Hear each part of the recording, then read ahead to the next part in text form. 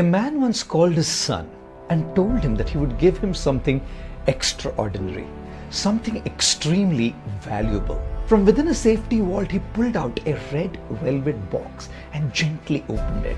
Inside the box was an old watch. As he handed the watch over to his son, the man said, "This watch is very special. It has come down to us over 3 generations and is at least over 200 years old. You can use it, you can keep it as a memoir, or just sell it and get money to buy whatever you like." A little disappointed, the young son looked at his father and said, "Dad, this watch is so outdated, I don't think I can wear it. And it's so old, I'm not even sure if it could be sold." The man took his son to a watchmaker's shop nearby to show him how valuable the watch was.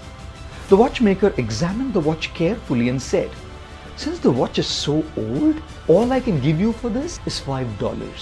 The young man turned to his father with an expression on his face which was like, "I told you, right?" The father then took his son to a pawn shop where they offer you a loan for personal items kept as collateral. The owner of the pawn shop looked at the watch for a while, turned to the man and said, "You expect money for this piece of scrap?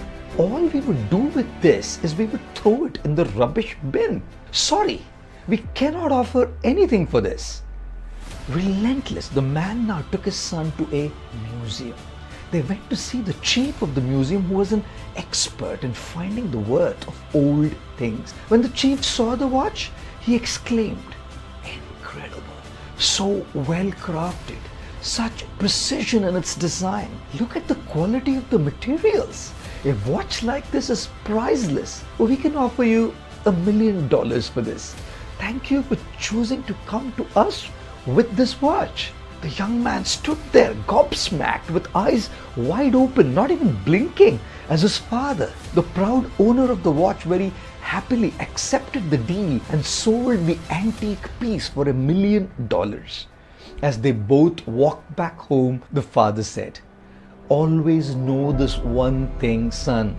Like the watch, you will only be valued if you are in the right place. Watchmakers repair watches. Their eyes can see tiny screws and watch parts, but a wrong place for an antique piece like this. Pawn shops use them as collaterals. They can only see everything based on their current market value.